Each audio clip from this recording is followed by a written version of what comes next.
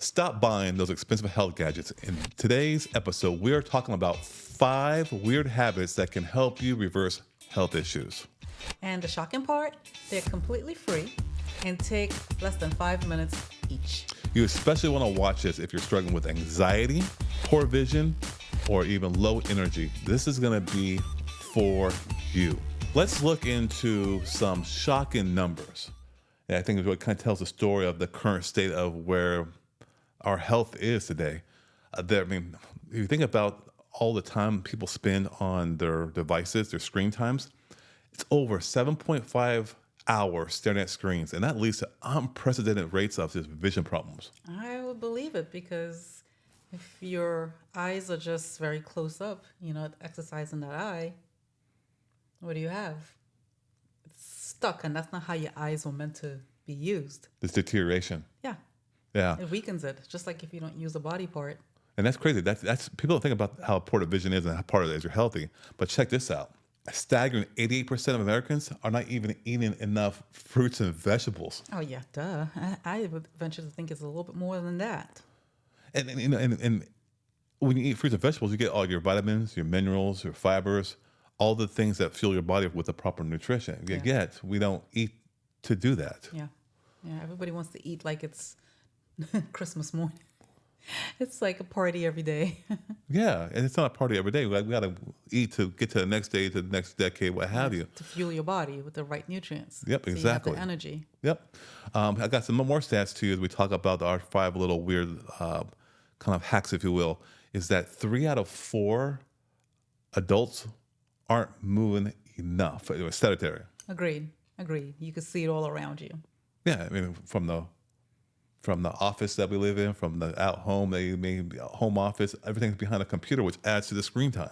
Yes, and even it starts in school, right? Because when kids start in kindergarten, what they want them to do, sit at a desk, right, for a majority of the day. And that goes on up until they graduate high school and even into college. And then they enter the workforce, unless they are a builder for the most part or professional athlete, majority average person is sitting at a desk. Yeah, it's kind of crazy to think about these young kids who have glasses in the age, first grade. It's kind of nuts. Yeah. The development there. Well, here's another one for you, and I think this is another one that's super relevant, and you can see it's just the fact that like anxiety has jumped 25% globally in just the past few years since like 2020. Just 25? I thought it'd be more. It just seems like everyone has that. Anxiety and depression is it's really, really rampant. And that I believe like all these numbers that we just went over, man, these aren't just numbers. Okay. Man, these are warning signs that something is wrong. Yeah. If all these people are having these issues in this modern day, which our grandparents didn't see those things, right? Hardly at all. And so, that is okay. That's bad news. But with bad news, There's always good news. There's always some good news, and is that I think that we have some simple solutions that don't require any expensive equipment or complicated routines. Just simple things you can do every single day to help improve all those aspects. Yeah. Yeah. Get started into it. Yeah. So the first thing we can talk about is vision. 90% increase of myopia is a technical term, and all that is nearsightedness. Okay. And among adults, and it's something called, I guess, you can do. What do you call it? Edging? Edging, or like a 4-corner eye scan. Can you explain a little bit more about what that is? Edging is just basically tracing objects with your eyes. So if you see a vase, you just trace the edges of the vase. You see a chair, you trace the edges of the chair. Just follow your eyes around that particular object, just tracing the edge of it. Yeah. So if I look at this curtain over here, I can just look at the corner, go down, around, back up, and just keep doing that in each direction. Is that correct? Correct. Or you trace your just look outside and you see a house. Outside, you see a house, trace the roof of that house. Or you see the road, how it winds as you drive. Well, you're not driving. Somebody else is driving, but you see the road, how it winds ahead of you. You can trace the road ahead of you. Yeah, because what that does, essentially, bad eyesight happens because the eye muscles get weaker with time. Correct. And so doing that is just one way, one of the many eye exercises that people can do to help build the muscles in the eye, Correct. the extracted muscles. Correct. And to be honest with you, a lot of us would never thought that we could exercise our eyes. We were always told that, it's all part of aging, right? And here's some glasses, which weakens it even more, right? And when you're in front of a screen all day, especially when you start in kindergarten and you're in front of a screen all day and you go up into adulthood and you're just looking right here nonstop, that weakens your eyes. So you need to do these exercises, because if you ever heard the term, if you don't use it, you will lose it. It's the same with any muscle in your body. If you don't lift weights Atrophy. to strengthen your arms or your legs or your knees or whatever muscle in your body, it's the same thing with our eyes. Yeah. And I think we picked up some things along our way which we can share with our clients of how to help with eye vision. And it works. It works. It's pretty awesome how it works. Okay, that's the first one. The second thing we want to talk about is how can we get better with our nutrition. And this little hack I'll call the alphabet eating challenge, because ultimately, 12% of Americans meet the daily food intake according to the CDC, and only 10% meet the vegetable intake on a daily basis. That's sad. So how does this new concept or this little hack work, the ABC? Well, you could choose a letter in the alphabet, and if you choose the letter C, you pick a vegetable that starts with a C, or a fruit, right? So if your initial is CA, you maybe pick a fruit, a fruit with a C, or a vegetable with a C, and a fruit with an A, and you eat that. So if you pick C, maybe eat cabbage that day, or cauliflower. And your goal is to get through the whole entire alphabet, perhaps plan for the week to have some new variety. And when we say F, we're not talking about French fries. No. We're talking about fruits and vegetables. Fruits and vegetables. Find something. And if it's not anything that you can't find anything with an F, then go into another letter. Well, there's things you can find with the F. But okay, I got a test for you. How about Z? Zucchini. Okay, smarty pants. Okay, there can't be a letter with X, though. No. I mean a vegetable or fruit, X. No. There's nothing with an X. So then I would go on to something The Y. with a Y, which is... Yucca. Ooh, I like that one. Yucca, right? Yeah. Or yellow squash, right? So Yeah. And so when you do this, it's about planning your whole weeks of food meals, planning out with the Right. ABC method. Right. And you can get the kids involved to help you, if you have children, to help you to pick those vegetables, right? And it gets you to eat in the rainbow. It gets you to eat more vegetables. The nutrients you The need. nutrients you need, which anything to make it fun, anything to get you to eat it. If that's the way, a little hack to get you to eat it, do it. Yes, exactly what it's about. It's a way to kind of propel you forward to start doing the things that you need to do to start getting a little bit better in nutrition, better health-wise. Because food ultimately is our fuel, and our fuel is going to make you go towards health or unhealth. Correct. It's that simple. Correct. Okay, that's number two. Number three. Number three is to kind of get moving again, because we're not moving at all as a people. Yeah. And one great way to intentionally move is to walk backwards. Elaborate, please. Oh, it does wonders, right? Because when you walk backwards, if you have knee pain, it reduces the stress on your knees and your shins. Yeah. I don't know, back when I was playing sports and you have shin splints, they'll say, hey, well, run backwards, walk backwards, and it takes all that pressure off. Yeah.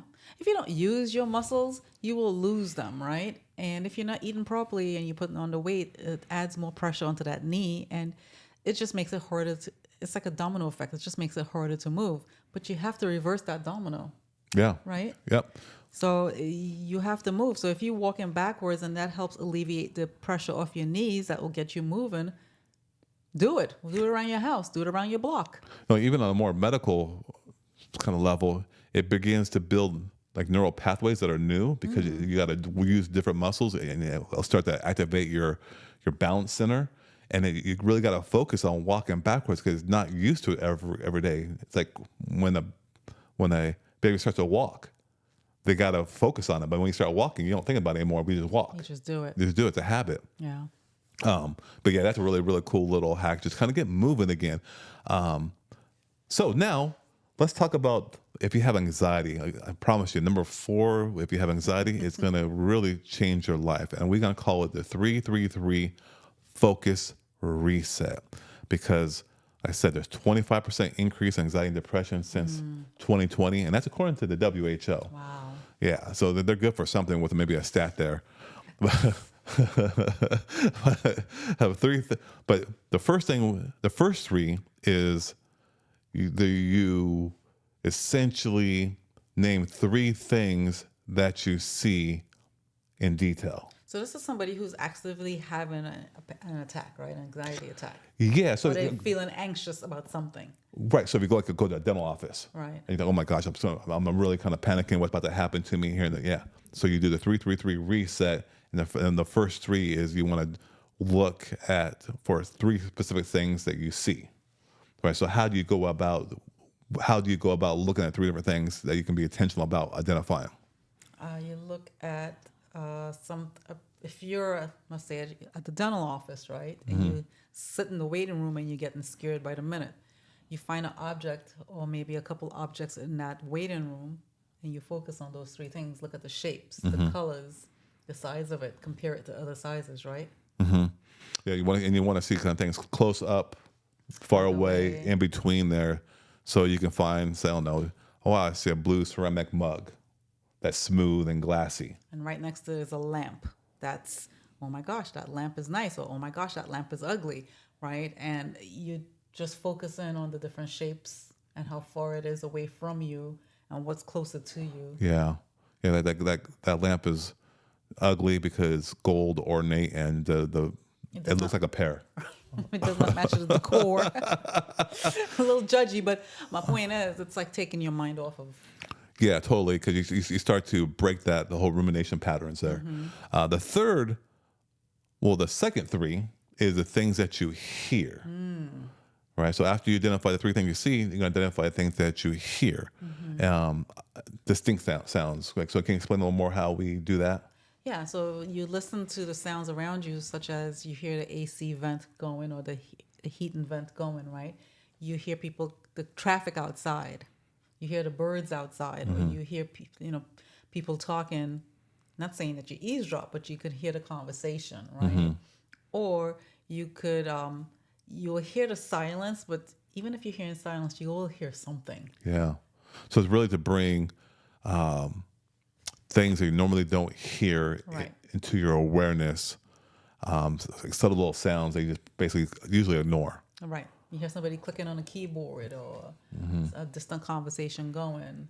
The humming of the pump from the guy's house next door, which is full of water from the storm or something. Exactly. And you'll definitely hear traffic unless you live, somewhere where there's no traffic. It could be a bird chirping or something. Right. You'll hear birds chirping. Yeah. So you planes flying, airplanes flying. Pretty sure you'll hear that. Yeah. Because now you activate this whole auditory processing center, which kind of broadens your whole awareness of what's going on around you. Again, bringing down the stress levels. The third 3 is to move 3 body parts. Okay. All right. So, how would you go about doing that? So you will probably hold each movement for a few seconds. So if you move a different body part, so if you're in a dental office waiting in the waiting room, you may not want to get up and, do downward facing dog. You're not going to do that, right? Yoga. But maybe you'll go stand by the window, okay? And maybe it's like, for me, I would probably stand on one leg and maybe raise the other one just maybe an inch off the ground to see if I can balance on one leg. Yeah. Right? That's kind of inconspicuous. Yeah. Right? Or maybe, I don't know, maybe touch. Wiggle your toes. Oh, that's a good one. Wiggle your toes for 3 seconds. Yeah. But just be deliberate about it. Yeah. Or you could Your neck. Adjust your neck. Yeah, for 3 stretch seconds. Your arms. Yeah, just move. Move your shoulders up and back down because you're probably sitting like this, not realizing it. Yep, the big thing. Yeah. So those 3 things right there, they all do. Actually going back with that moving the body parts, that really reinstates the mind-body connection. You get you back in tune with kind of your body, and all those 3 really just regulates the nervous system and it lowers stress. The hormones start to be reduced, and you can really control any kind of panic that you may be feeling. Yeah, It's pretty awesome. it's pretty awesome that you don't need any other intervention than your own self. And even when you're in the middle of it, it's like, gotta remember to do it. Which a lot of people, when they get into panic, it's like they're so panicky and they can't think about it. Yeah, instead of your brain controlling your body, you start to control your brain to control your Yeah. body. You're in control versus You are in losing control. Yeah. Number 5 is we're going to call it just a kitchen counter fitness, and this is to combat the sedentary lifestyle behaviors that we have. And really, when you're sedentary, you have like a 40% more higher risk at whatever age you're at of mortality. Okay. And so it behooves us to move. Yes. And when what do I mean by that? In terms of In terms of the kitchen. yeah, You're moving the kitchen. So what you can do is, if you have a sedentary job or you like to sit on the sofa, maybe set a timer on your phone for every 20 minutes to stand up, or while you're in the kitchen heating up something to eat, or you're cooking dinner, right, and you're waiting for a few minutes, maybe you do some squats. Some squats. Maybe you do some heel raises, right? Heel raises where you're working strengthening your calves. Yeah. Right? Maybe you stretch your legs and you do leg lunges really quickly, not down to the ground, but my point is to stretch your legs. Or even do like push-ups against the counter. Against the counter, right? Stretch your arms up and work your waistline where you just put your hands to your ears and you just go to the left and to the right and stretch out your sides, right? Yeah. Those are the little different things you can do while you're standing, waiting, or if you're sitting too long, get up and do those things. And the cool thing about doing that as you're waiting for your food to heat up is that takes away the excuse of not having time to work out. So you essentially stack the time you have, instead of wasting it, you're actually doing stuff, getting a little bit stronger. And over time, if I'm doing some squats or push-ups, you are going to get stronger. I believe there's other YouTubers out there that have little mini workouts you can do in regular spaces out in public. And it's just simple exercises. Yes, squats are one of them, but you could even just swing your arms in front of you really fast. And then while you're waiting. While you're waiting, right? So you get some ideas from the YouTube, the different things. So you go, I don't know what to do. Well, YouTube some other it's a great resource activities. for exercises out in public, standing exercises, or however you could look it up. There's many exercises you can do while you're waiting. So those are the 5 hacks. If you do those 5 hacks, I'm telling you, people will see a lot of improvement with not only with their vision. They're going to have stress going to be reduced. They're going to get stronger. And your nutrition is going to go through the roof, which means less inflammation in your body, less sickness, better energy, better mental clarity. I mean, it just stacks upon each other to just live that healthy lifestyle. Yeah. It's once you get going to and you get into that habit, it becomes your lifestyle. It'll become second nature to you. And then you're going to feel better, and it'll encourage you to want to do even more. Yeah. So what are some strategies to implement these 5 things? What can we do? You start with one. Okay. All right. Okay. Choose one you want to start with. If it's eye exercises, do that. Okay. Take the staircase at work. All right. No elevator. Yeah. No elevator. Stay Easy. away from the elevator unless you work on the 30th floor, which I would admonish you to maybe get off the 20th floor and climb the next 10 stories, Yeah. right? Or park far away from the opening of your office, Or the grocery store. and then walk backwards. Oh, that's a good one. Right. So there's so many different ways you can do it. Yeah. And people are not going to say anything. And if you do, hey, what up, man? What's good? What's good? So start with one habit. And I would say to add on to that, try for 14 days. Yeah. And write down how you're feeling, write down what you're doing, and track it, and you will see it. You'll start to feel a little better. Completely. And that's just to get you started. Because once you start doing that, you graduate and you get stronger and stronger, and you start to implement more things that are a little bit higher level. Yes, Next thing you know, your health gets better. Right. And next thing you know, you're exercising more, and you're actually making the time to exercise because it's making you feel better. It becomes part of your... It's love-hate. Totally a love-hate thing. It is a love-hate thing. Yeah, but you feel so much better. Your joints feel better. Definitely. Overall, if you're going to... Anxiety's going to go down. Overall, you're going to sleep better, feel better, look better, everything better. So what you're trying to say is Health is a lifestyle. It is. It's that And simple. this is what yeah, exactly. It is a lifestyle. It's what you do day in and day out. Yeah. Awesome. Well, follow the 5 hacks. If you want more information on these hacks, below is our newsletter. You can join our community for more information. Yeah, definitely. Sign up for our newsletter, our community, and yeah, you're going to live and learn more things to help you live a healthier lifestyle. Yeah. Until next time, be well. All right. Take care.